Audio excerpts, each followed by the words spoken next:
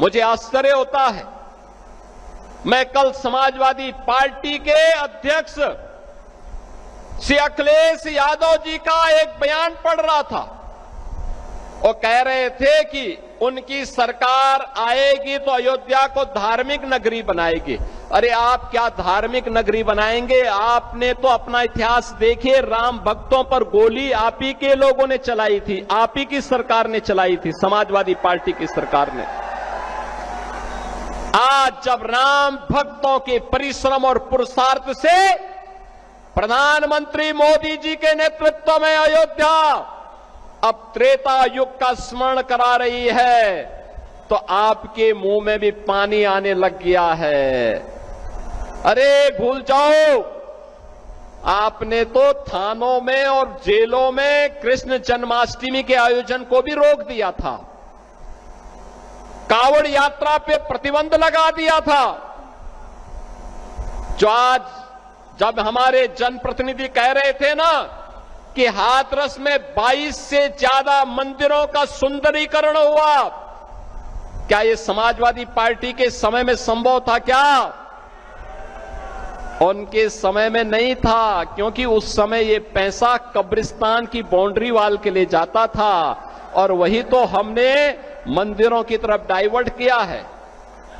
वही पैसा हमने इधर भेजा है कि कब्रिस्तान की आवश्यकता नहीं, मंदिर आस्था के केंद्र हैं। अखिलेश जी, अयोध्या को तो राम भक्तों ने सजा और संवार दिया है, आप उसकी चिंता मत करिए, पश्चाताप करिए, एक बार रामलला का दर्शन कर लीजिए, कम से कम इसी से और सद्बुद्धि आएगी। और अब तैयारी करिए कि हम कृष्ण कन्हैया के लिए भी कुछ कर सकें।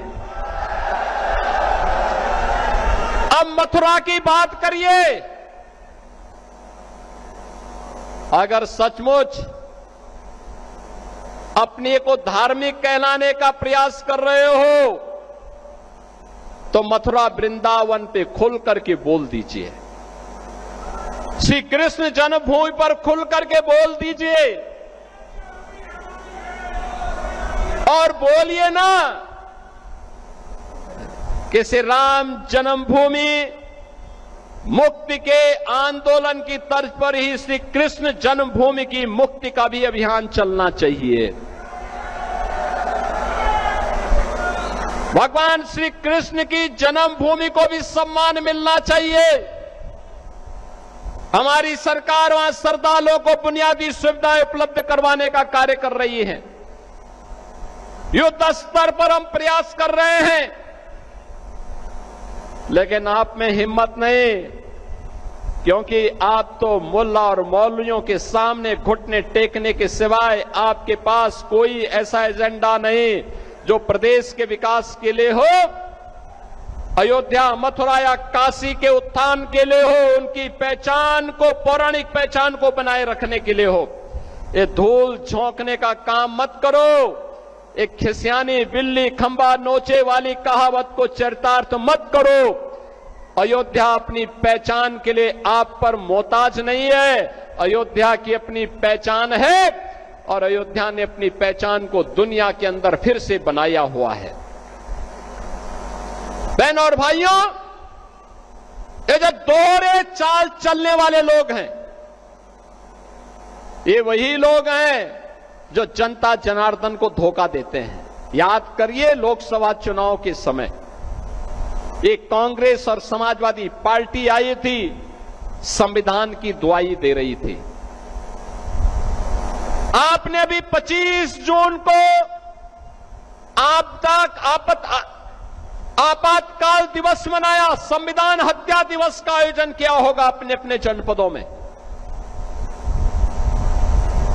25 जून 1975 भारत के संविधान का गला दबाने का काम, बाबा साहब भीमराव अंबेडकर के द्वारा बनाए गए संविधान के अपमान करने का काम अगर किसी ने किया था तो कांग्रेस ने किया था। और कांग्रेस के उस पाप में आज समाजवादी पार्टी जबरदस्ती उनके साथ मिलकर के उस पाप में भागीदार बन रही है। ये जो कांग्रेस ने पाप किया था, उस समय देश के सभी विपक्षी दलों को कांग्रेस की सरकारों ने बंद कर दिया था। चाहे वह जयप्रकाश नारायण जी रहे हो, चाहे वह राजनारायण जी रहे हो, सरदेव अटल बिहारी वाजपेयी जी,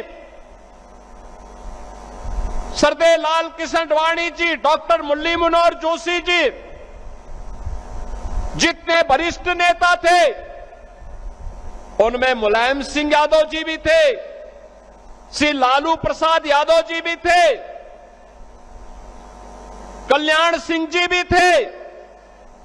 ये सभी नेताओं को उठा करके बंद कर दिया गया था, जेल के अंदर बंद हो गए थे, तत्कालीन सरकार ने बंद कर दिया था। कहीं ये लोग संविधान के खिलाफ कांग्रेस के द्वारा किए गए इस कृत्य के खिलाफ सड़कों पर जनता जनार्दन के साथ उतर न जाए, इसलिए इनको बंद कर दिया गया।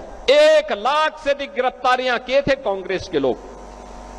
और जिस मुलायम सिंह यादव को, समाजवादी पार्टी के नेता को तत्कालीन कांग्रेस सरकार ने अपमानित किया था, जेल के अंदर बंद किया था, उसी समाजवादी पार्टी आज कांग्रेस का शागिर्द बन करके उनके सामने घुटने टेक करके मुलायम सिंह की विरासत को भी अपमानित करने का काम कर रही है। अरे इसके बारे में सोचो, बाबा साहब भीमराव अंबेडकर के सपने को चकनाचूर करने का काम किसी ने किया? कांग्रेस और समाजवादी पार्टी ने किया। ये लोग हमेशा यही करते रहे हैं, इन्होंने वही कार्य किया जो सामाजिक न्याय के प्रतिकूल हो। अंबेडकर जी के नाम पर बने हुए मेडिकल कॉलेज का नाम बदल दिया, सामाजिक न्याय के पुरोधाओं का अपमान करना ये लोग अपना जन्मसिद्ध अधिकार समझते हैं।